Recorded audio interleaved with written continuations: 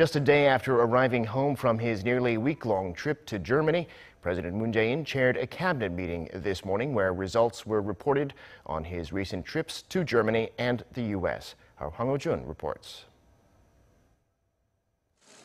During the cabinet meeting on Monday morning, President Moon Jae-in touched on the results of his trip to Washington for his summit with U.S. President Trump and his visit for the G20 summit in Germany, as well as his meetings with other world leaders on the sidelines.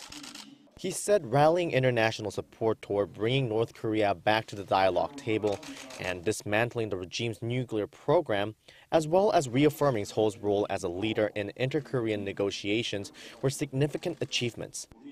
President Moon also highlighted his vision for inter-Korean peace that he laid out in Berlin.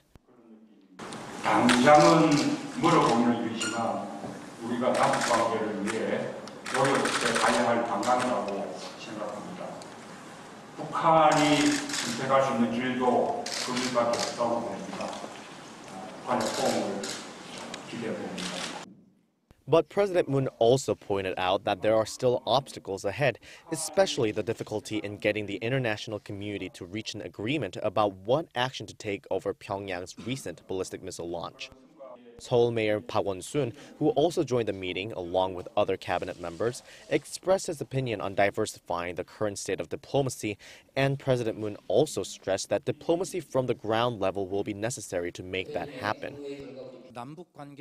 To improve the inter-Korean relationship, President Moon said he believes the roles of local governments and private organizations are becoming even more significant, and asked the foreign affairs and unification ministers to proactively look into how to support those roles.